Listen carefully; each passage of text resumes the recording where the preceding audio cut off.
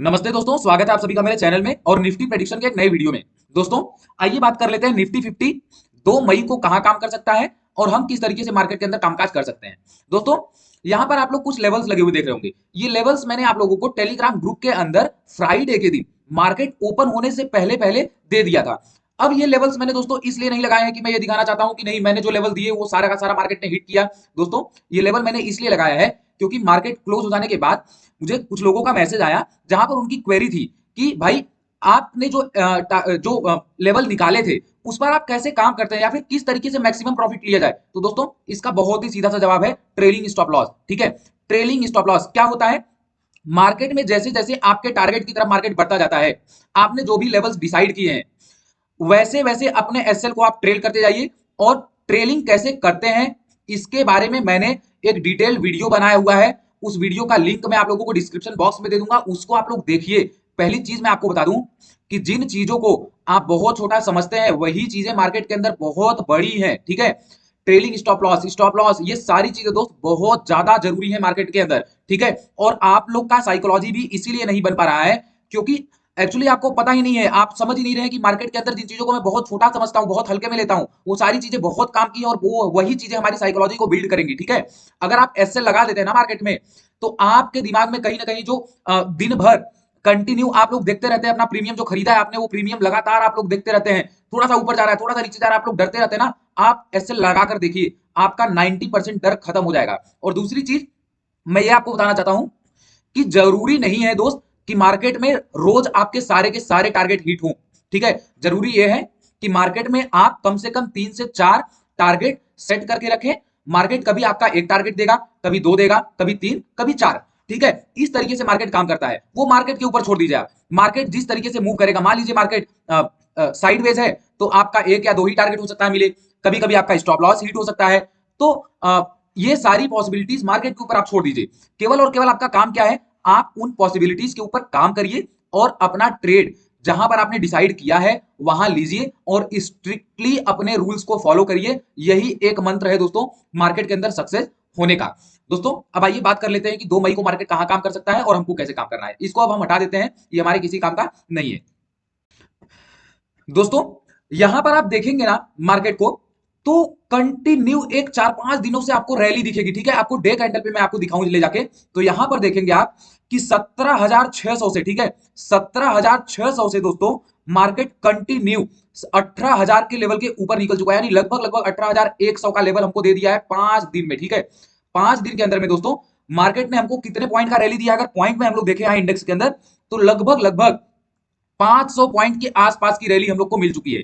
इससे हम लोग को क्या समझ में आता है, हमारी एनालिसिस क्या अब है कि अब मार्केट को एक पॉज लेना चाहिए। ठीक है, अगर मार्केट को आगे फिर से एक कोई मोमेंटम देना है तो मार्केट को 1-2 दिनों के लिए एक हल्का सा पॉज लेना चाहिए। और देखिए, जरूरी नहीं है कि मार्केट, अब मैं बोल रहा हूं कि पॉज लेगा, लेना चाहिए तो पॉज ले। ठीक है, इसीलिए दोस्तों देखिए, आप कभी भी ऐसा ना बाइस्ड होकर कभी आपको नहीं रहना चाहिए कि नहीं पॉज लेगा। आपको हमेशा पॉसिबिलिटी के ऊपर ध्यान रखना है। ठीक है, आपको पॉसिबिलिटी के ऊपर ध्यान रखना है, न कि आपको केवल और केवल श्योरिटी देखना है कि नहीं मार्केट ये करेगा ही करेगा। ठीक है, मार्केट के ऊपर वो छोड़ दीजिए, आपको केवल और केवल पॉसिबिलिटी को एनालाइज करना है और उसके ऊपर काम करना है। यहां पर क्या होता है ना, आपको लॉसेस के रीजन क्या होते हैं? आप मार्केट में एक तो बिना किसी एनालिसिस का आते हैं। ठीक है, बिना किसी एनालिसिस के आते हैं। और दूसरा गलती आप करते हैं कि मार्केट में आने के बाद आप कुछ सोचते ही नहीं है, आपको पता ही नहीं कि आपके लेवल्स क्या है, कहां पर आपको एंट्री बनानी है, कहां पर एग्जिट करना है। आप कहीं भी एंट्री कहीं भी एग्जिट बनाते रहते हैं, इसीलिए दोस्तों आप लोग को लॉसेस ज्यादा हो जाते हैं। अब आइए दोस्तों देखते हैं मार्केट कैसे काम करेगा। देखिए, यहां पर 5 मिनट की कैंडल पर हम लोग चलते हैं और वहां पर हम लोग समझते हैं मार्केट को। यहां पर दोस्तों आप देखेंगे कि मार्केट ने 18,000 का जो साइकोलॉजिकल लेवल था उसको ब्रेक कर दिया है। अब आगे क्या हो सकता है? आगे हो सकता है दोस्तों कुछ पॉसिबिलिटी जी है, उसके ऊपर हम लोग डिस्कस करते हैं। देखिए, अगर मार्केट कल गैप अप ओपन होता है, ठीक है, गैप अप ओपन होता है, तो यहां पर हम लोग देखेंगे कि मार्केट अगर 18,100 से लेकर 18,130 इस जोन के अंदर में कहीं भी ओपन होता है तो हम लोग वेट करेंगे। मार्केट हमको जितना ज्यादा नजदीक मिलेगा 18,130 के, हम लोग वहां से एक बार पीई के साइड में पोजीशन बनाने के लिए ट्राई करेंगे, पीई के साइड में अपॉर्चुनिटी देखेंगे।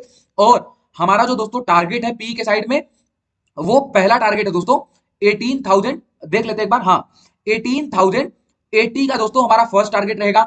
सेकेंड टारगेट रहेगा दोस्तों 18,030 का। और थर्ड टारगेट दोस्तों रहेगा 17,980। ठीक है, ये तीन टारगेट्स दोस्तों हमारे पी के साइड में रहेंगे अगर मार्केट हमको 18,100 से लेकर 18,130 के बीच में कहीं मिलता है। अब दोस्तों डिस्कस कर लेते हैं दूसरी पॉसिबिलिटी क्या है।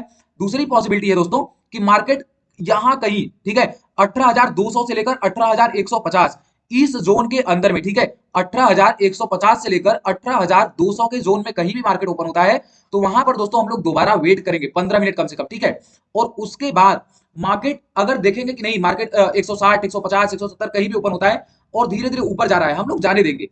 जितना ज्यादा नजदीक दोस्तों हमको 18,200 के नजदीक मार्केट मिलेगा, वहां से हम लोग दोबारा पी के ही साइड में पोजीशन बनाएंगे और नीचे के साइड दोस्तों हमारा जो टारगेट होगा वो ज्यादा बड़ा नहीं रखेंगे, केवल और केवल 18,120 तक, या दूसरा टारगेट 18,090 का हम लोग रख के चलेंगे। ये दो टारगेट्स दोस्तों हैं जब मार्केट हमको 18,200 के पास में मिलेगा। ठीक है, अब तीसरी पॉसिबिलिटी पर दोस्तों डिस्कस कर लेते हैं।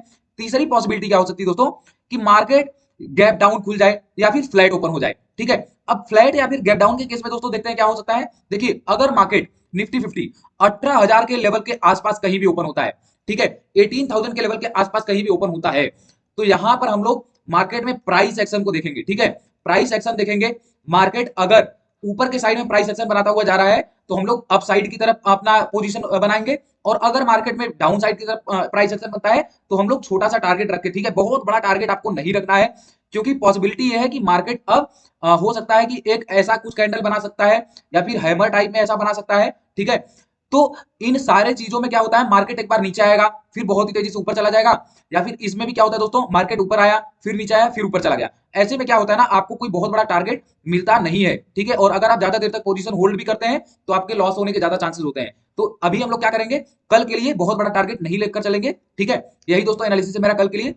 दोस्तों एनालिसिस अच्छी लगी हो तो वीडियो को लाइक कीजिएगा, चैनल को सब्सक्राइब कर लीजिएगा। मिलते हैं दोस्तों नेक्स्ट वीडियो में।